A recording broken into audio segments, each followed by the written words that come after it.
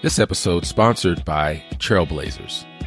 It's May, and you know what that means. It's National Bike Month.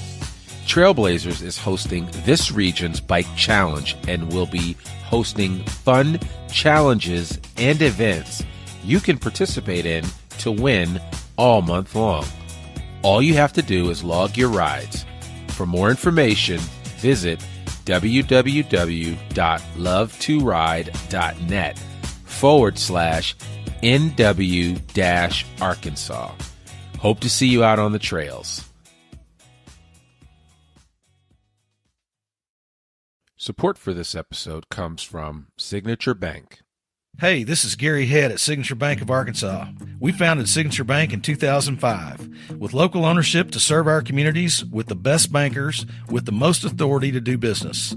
We have succeeded in growing our bank to over $875 million in assets. We have locations in Bentonville, Rogers, Springdale, Fayetteville, Brinkley, and we have recently expanded to Harrison and Jonesboro. We have 176 teammates in climbing. Our teammates love our communities and the customers that we serve. We're always here to serve and eager to do so. As Chairman and CEO, I welcome your call to have the opportunity to serve you. Please call 479-684-3700 or visit online at signature.bank and tell them that you heard about us at I Am Northwest Arkansas. Signature Bank of Arkansas is a member of the FDIC and an equal housing lender.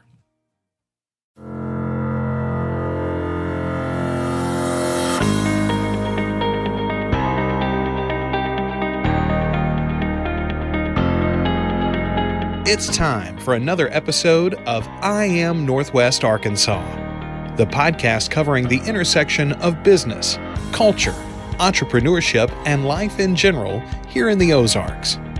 Whether you are considering a move to this area or trying to learn more about the place you call home, we've got something special for you. Here's our host, Randy Wilburn.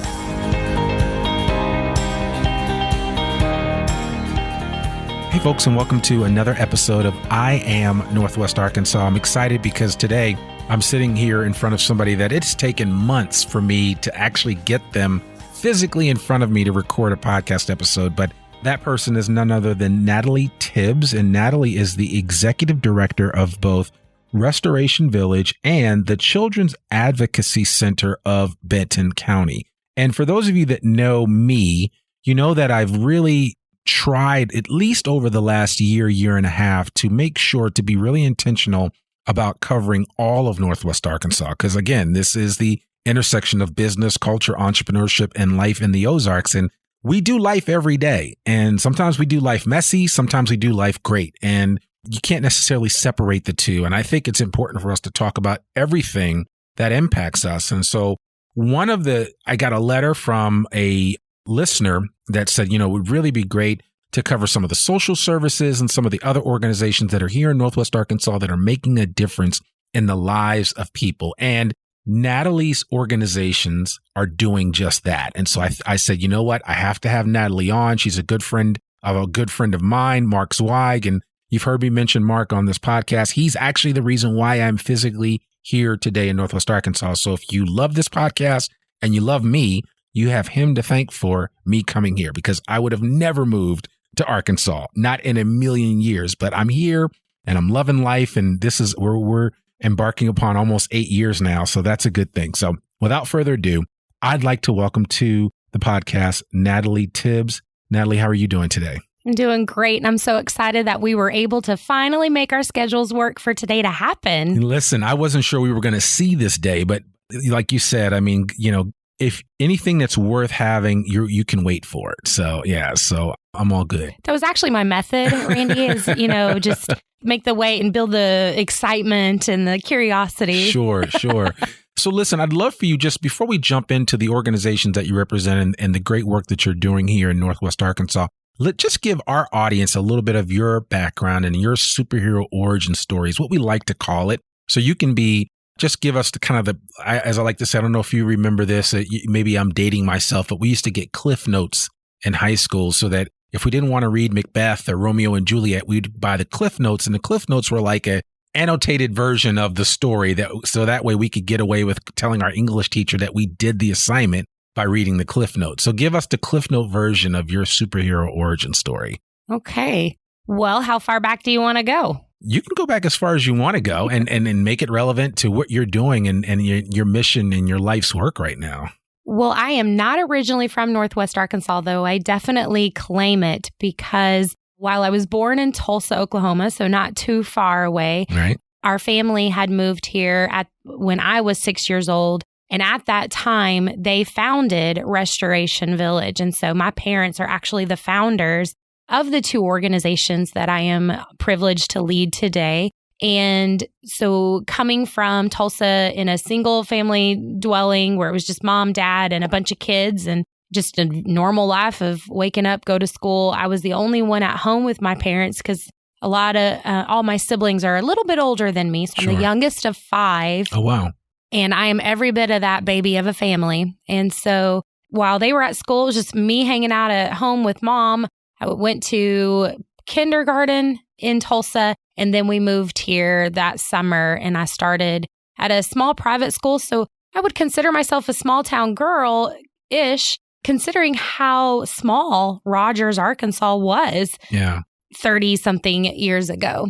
But growing up from that point on looked very different because I lived in the ministry that my parents were leading. And so they began to lead this women's shelter that served women, single women, as well as women with children who had experienced some form of trauma. So they were escaping domestic violence type situations or homelessness or other forms of trauma and seeking shelter at Restoration Ministries. And with that ministry, they were getting safe shelter. They were getting access to counseling services and, really just pulling those individuals out of crisis mode and trying to help set them up for success to be independent and living in safe, healthy lives from then on. And so I built a life and a home with who we were serving and didn't think anything of it because it's just what I always knew. And then I became, the typical bratty teenager, like, this is so stupid and I can't believe this is where my parents are choosing to raise me. But my friends thought it was the coolest thing ever because they thought it was this huge mansion that I got to live in. You don't understand, this is crazy place. But I always said that I grew up in a nut house because there was constant things going on and just exposed to a lot of really hard things that most people wouldn't experience in their lifetime. And here I was, a child growing up in that and just seeing the effects of trauma live and in person with these individuals and, kids just not understanding how kids could experience things. I learned at a very young age the word rape and the word, and sexual assault. And I couldn't understand how kids my age were experiencing these things and how could anybody let that happen? And so at that point I thought, well, I'm going to be a counselor because I want to help these people. And then as I got a little bit older, it was like, no, peace out. I'm out. I don't want to have anything to do with this. This is insane. I think I'm moving to New York, actually, because I want to get as far away as I can from this because apparently they don't have hard things happening in New York. No, I don't know what not at all. My thinking was there. But then life took its own turn and I was thinking I was headed to go play college sports, but instead I chose to go to the community college and pursue a nursing degree. And working in the emergency room, I worked in the Fayetteville Central Emergency Systems. And so I've worked on the ambulance. Mm-hmm. And so clearly had this thing for crisis and trauma response.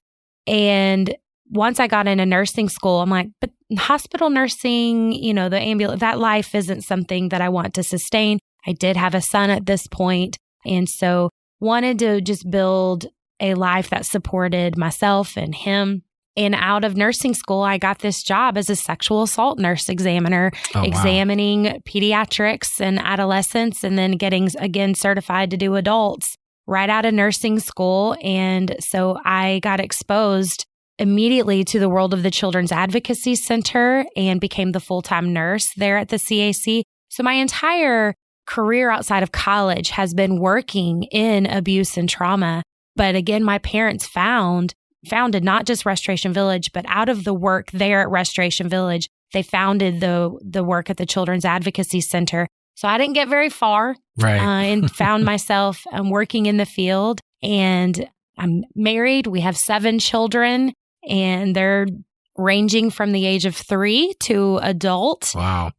And so we have a beautiful situation of his, mine, ours, and theirs. Yeah. So it's a beautiful mess of a circus.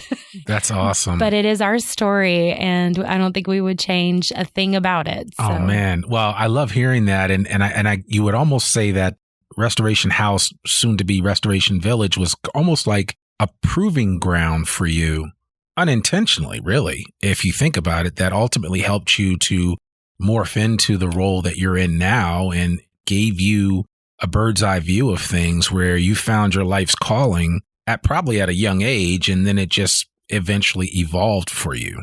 It's a beautiful story of being able to be exposed to that pain and that suffering and those circumstances where I didn't have to live through them and experiencing them myself.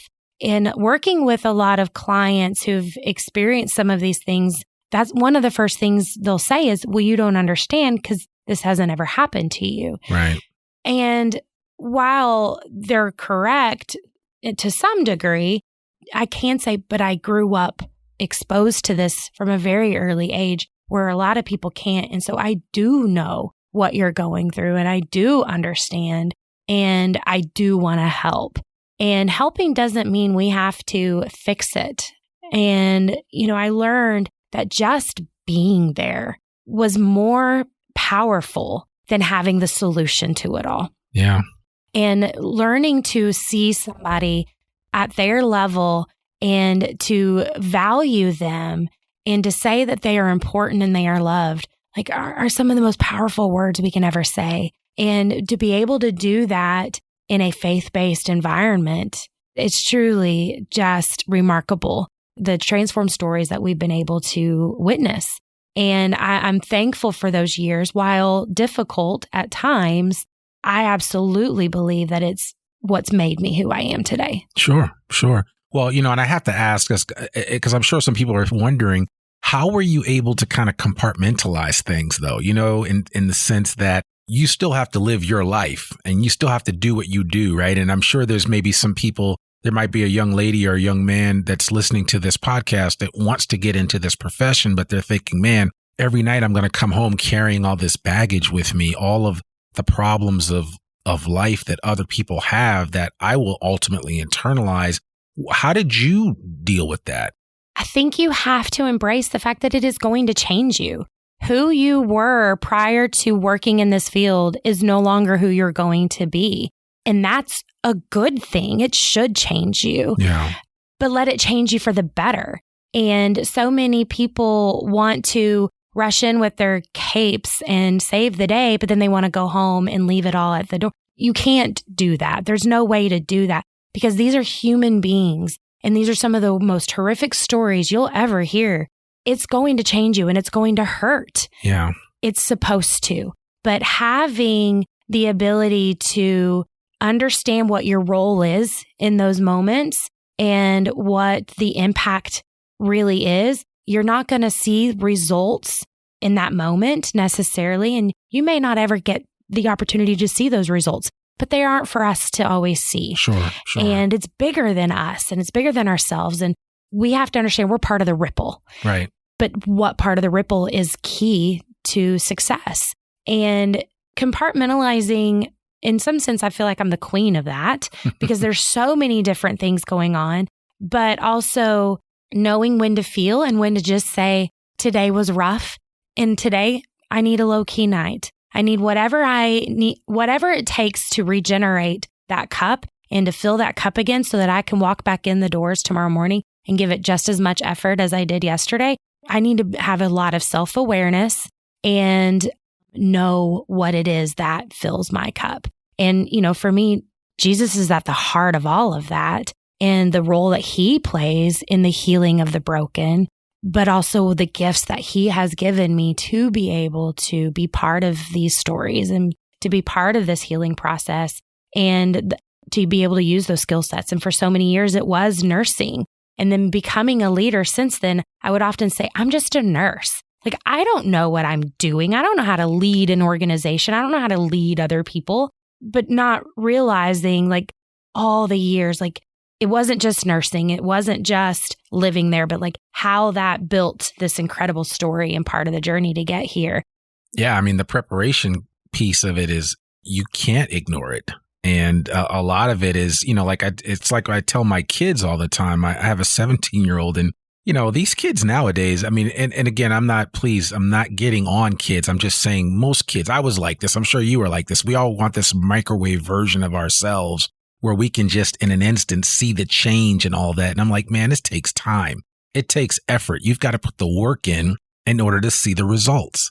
And you've put the work in over the years, and now you're seeing the results of it. And you're in a position where you're able to help other people that are coming along behind you, help them cope with what they're going to see and help them to be the best version of themselves so that when they are, and I'm using air quotes now, when they are on and representing your organization with all the individuals that they're helping, that they're able to bring their best self to the forefront. Absolutely. Absolutely. And that's, the standard of services that we're providing should be the best that we can of a response to these traumas. And so the only way for us to do that, though, is for people to be willing to bring their best. Yeah. And we can only do that when we've taken care of what we need to. And then also recognize that some days we're just going to be off because the story is too hard. We had every day is trauma and crisis response at both agencies. And so to say that one day wasn't hard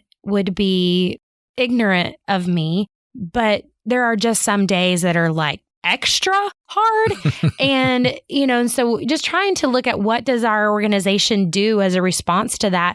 And how do we take care of our people to make sure they can keep in that fight? What's our role as an organization for that? But then helping the individuals know like what their role is for taking care of themselves as well. There's only so much we can do. I love that saying, you can lead a horse to water, but you can't make them drink it, because it's so true. And I see that with people who want to get into this field, like I'll bring you to it and we'll set you up for success with all of these things. But at the end of the day, coming the next one, that's up to you. Yeah. And coming that next day with your best self, like that's up to you. Yeah. Well, and I'm glad you kind of teed it up when talking about some of the services. I would love for you just to give our listeners a better understanding of all the things that you do through the CAC and through Restoration Village. You talked about helping single mothers, but just kind of walk us through just the overall picture of the services that you offer. Because maybe somebody's listening to this that has a niece or a sister or somebody that needs some help and they haven't really known where to go. They didn't dial 211. They didn't reach out to like Hark Accelerate. We were talking about them earlier. There are a lot of organizations that are here to help individuals that are in crisis in Northwest Arkansas. Sometimes they're like the best kept secrets. And we don't want these organizations to be the best kept secrets anymore. We want people to be aware 24/7 that these services are available to them, that there are people out there like you and others that you work with and other peers in the industry that are here to help people in crisis. So I'd love for you just to kind of give us just the fullest picture that you can of the services that you offer and how that kind of breaks down. Absolutely. The services that both agencies offer began with Restoration Village in 1989, but it was through serving women and children there that we recognized the need for something that responds much earlier in the process. And that's what birthed the Children's Advocacy Center in 2000. And so the services that the CAC could offer now are when there's a concern that child abuse may have occurred, and I want to stress, we're not needing it proven prior to the CAC providing those services, because that's the point of the CAC, is to coordinate with those agencies to identify what really happened. So when there's a concern, then an investigative agency can then notify us about a child and whatever the allegation is, and that child is referred to the CAC for an advocate to work with the family, to work with that child and just to kind of help them in that crisis mode and just to be a support system for them through the entire process. They can connect them to any resources that they may need, but then they're going to facilitate to the next part of the process, which is a forensic interview. And this is where somebody who is trained in talking to children on their developmental level on what may have happened. And that interview is going to not be where, an interviewer just asks a bunch of questions and these questions are, did this happen? Or so they're very indirect questions, more about saying things like, tell me about home. Tell me about what you do. Tell me about school. Tell me about what you know about being here today. So it's done in a way that allows the child to tell their story. Yeah. And then by being trained to talk to kids and their development level, because you're not going to talk to a 3-year-old the same way you would a 16-year-old. And prior to CACs, law enforcement officers or other investigative personnel, they were only trained in one method, which is interrogation methods. Sure. Well, we can't interrogate children and we can't interrogate victims. That's a completely different interviewing process. And that should be done in a child-friendly, neutral setting. And that's what the Children's Advocacy Center can provide. So it's fact-finding, and it can facilitate the rest of the investigative process. And so a forensic interview, it's just the forensic interviewer and the child in that room. The investigators are in another room watching that live, but we're eliminating the pressure of having all these people at a table talking to kids. And we're also eliminating multiple interviews. On average, those interviews were happening around 15 different times. And we're talking about talking to a child about a very traumatic incident for over 15 times. So here, a traumatic incident, a child is being asked over 15 different times to tell that story. What's going to happen? They're either going to shut down, or the details might change because the questions have changed, or they're just going to get to the place where they feel like, well, because people keep asking me, I must be getting the answers wrong. Right. So now I'm going to change the answer completely because maybe this will stop all the interviewing questions. So it eliminates all those interviews down to one. From there, that advocate is going to facilitate the process to a medical examination should it be needed. So our nurses are trained to do examinations based on the allegation. So if it's sexual abuse, if it's something that just happened recently, where evidence can still be obtained from the child's body or their clothing, they can do that within the walls of the Children's Advocacy Center. They don't have to refer to an emergency room where they'll wait hours and hours and then be potentially examined by somebody who has no idea what they're doing. This is a specialty. And so our nurses are trained in this specialized field to be experts in that. From there, we're offering counseling services. And that counseling service isn't just for the primary victim. It can also be for the siblings because the abuse impacts the entire family. And so parents, it's not marriage counseling, but it is counseling as it's related to the abuse scenario and how to support each of them and the exposure that they had to that incident. And all of those services are completely free of charge to the child and to the family because of the 501c3 nonprofit status. But from there, if there's shelter needs, if they're needing to escape a situation, a mom and her children would be eligible for the shelter side of Restoration Village. And they're offering, of course, shelter, which on average, the stay is about 6 months. Okay. But the unique thing about Restoration Village is that it's long-term. So we're not looking to fix everything within 30 days or 45 days. And push them out. Because you can't. Right. And what are you pushing them out to? Yeah. Rebuilding your life does not happen on a timetable. And so, we're looking at getting them out of crisis mode, which could take about 1 to 3 months, depending on the situation. And then from there, goal setting. And depending on those goals, it could take even 3 years to be able to sustain affordable, healthy, safe, independent living. Wow. So we're connecting them to advocates, to legal services, to counselors, just to other enrichment activities. We really look at healing in a holistic way, just something that has to be very comprehensive, because we're no good if we're only approaching trauma from one angle. And so trying to look at all the different ways that trauma impacts one's life and how can we help connect them to the appropriate resources so that we are successful. Yeah. So you guys have partnered up with a lot of local organizations and agencies. Absolutely. Yeah. So it's not like I was going to say Rolodex. So somebody might say, what is a Rolodex? But you don't, your Rolodex is well worn and you know where to go based on the particular situation that you're trying to address. Absolutely. Yeah. We would not be successful if we weren't working with other agencies. Yeah. Those partner agencies, especially the multidisciplinary team, we work with DHS, we work with Arkansas State Police Crimes Against Children Division, we work with local law enforcement, our prosecuting attorney's office, we work with other mental health agencies, we work with other nonprofit agencies that are responding to child abuse, but in a different capacity, because what we do helps lay the foundation for success in some of those other areas. And we have to be working together and should be working together because that's what helps complete the puzzle, in essence. What about the local school systems? Oh, absolutely. Okay. So one of the other services that we provide, though it's not a direct service to clients in one form, we serve the community at large from a training and education standpoint. And so we do have an education component, and that component goes into youth serving organizations, especially schools, to equip them with what's called your first response or mandated reporting, as some people know it,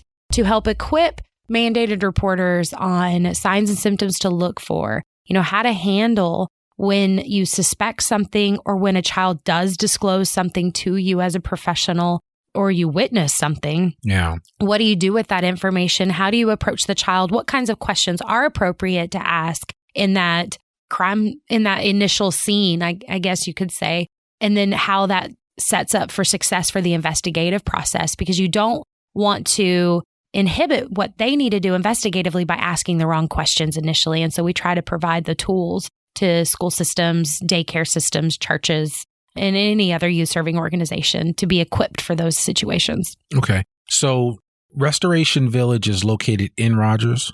That's correct. Okay. So they're both actually located in Little Flock. Little Flock, right. Okay. So are you just serving Benton County right now, or do you also help out Washington County?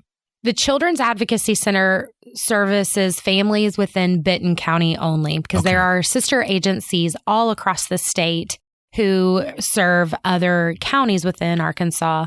But Restoration Village, the shelter side of it, can serve anywhere from the state or even out of state. It is not uncommon for us to get requests from out of state because there's not many programs like that, if any, across the nation. Okay. All right. So you're covering quite a bit of area, basically. Absolutely. So, all right. And I know recently you've hired some new people. You're always adding staff. What are your biggest needs? If anybody's listening to this and they're like, oh man, I am so moved by what Natalie is doing and the rest of her team. What are some of the resources or things that you guys can use as an organization that somebody can either donate or give to you, or, what is really helpful for your organization? Well, both agencies do maintain a wish list on their website. Okay. And so there's tangible items on both of those lists of things that we could use on an ongoing basis, or maybe there's some unique needs that we may have at the moment, just as simple as some coloring books or gel pens or some fidget toys, things that can help calm a child in crisis. that space. Yeah, because they're coming in crisis and they may have just left their forensic interview room, but they could spend hours at our agency between all the different services. And so any tools that help our staff facilitate a calming space for our kids and the parents as well, because that's incredibly vulnerable and scary as a parent to be sitting in that space and just the unknown. And so we're constantly looking for items such as that, or items to stock our counseling rooms. And so I would encourage people to go there. Volunteers has been something that is not built back up since COVID. Yeah. We had incredible volunteer bases prior to COVID. Of course, once COVID hit, we lost most, if not all of that. And building that back up, I almost every day hear one of our staff make some comment, man, we used to have volunteers that helped us do this, help us do that. We would love to be able to build our volunteer base again. Is there a way for volunteers to sign up on your website? There is. So they can go to our website and just fill out one of our What's the website forms. address? cacbentonco.com or restorationvillage.net. And we'll put all of that in the show notes, but I just wanted you to mention it on the podcast so people that might be feverishly writing down or taking notes say, okay, I got that. Let me just reach out to them. So yes. And then we've got 2 big events coming up, and we're so excited to be hosting those in person. Restoration Village has an Aim for Advocacy event, and that's August 6th. And so for anyone who loves to be outdoors and they enjoy shooting clay, it's a clay shoot, and it's going to be at Spring Valley Rod and Gun Club in Gravette. There's teams that can form together, and that's a reduced price, or individuals can sign up. And there's still a few sponsorship levels available as well for that. That's going to be next month. That is the main fundraiser for Restoration Village. And then if shooting clays isn't your thing, then we also have the Cherishing Children Dinner and Awards presentation.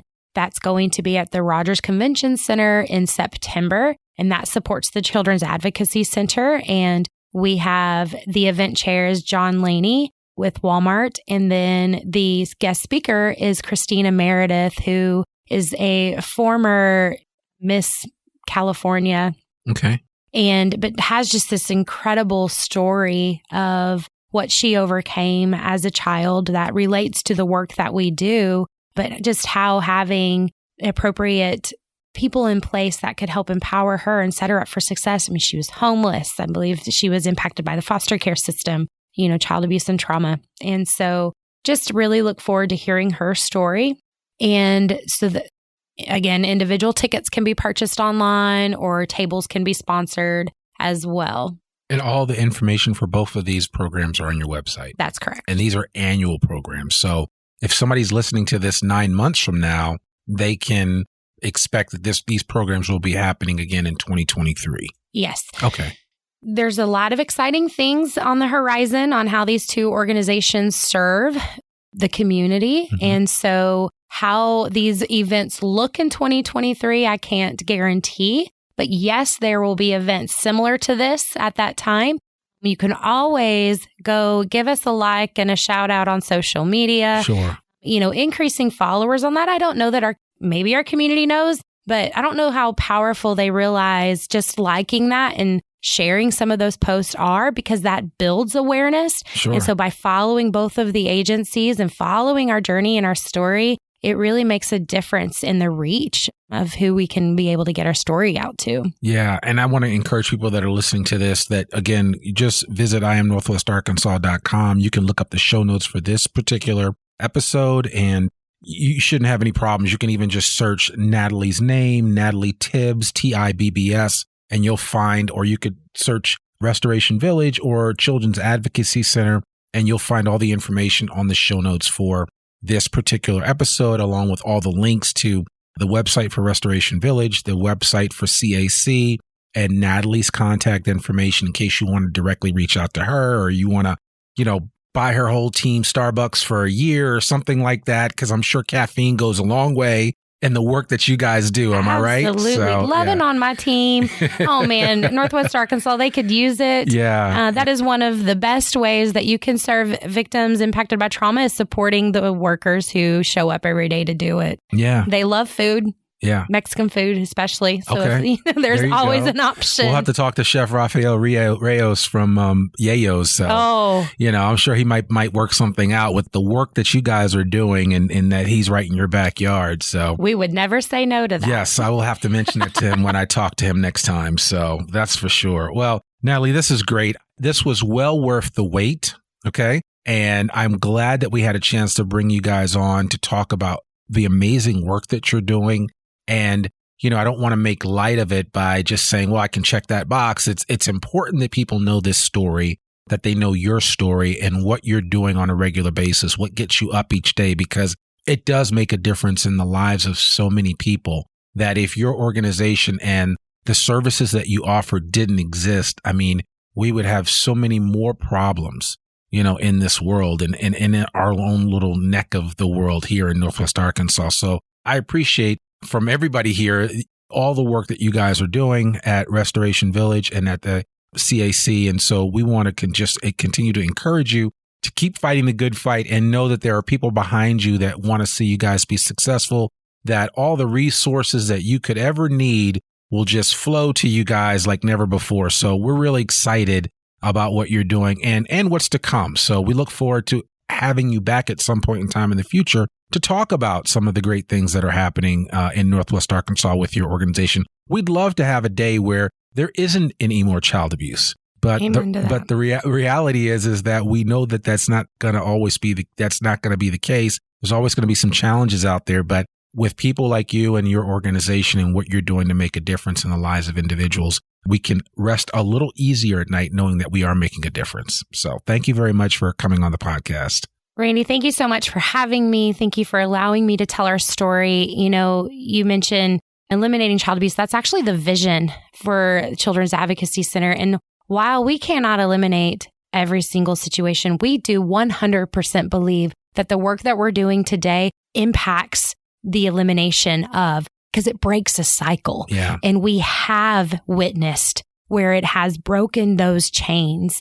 And, you know, and being able to provide shelter for women and children while the mom experienced some terrible things, maybe she was able to get out before the children were impacted physically. Yeah. Not emotionally, but physically. But because she was able to get out, because of the support system, they were able to grow up and say, no, this is what we can do different. And their children weren't going to be harmed. And we broke a cycle because of the support that Northwest Arkansas provided through these two different ministries. So we do believe that we are eliminating child abuse by breaking cycles.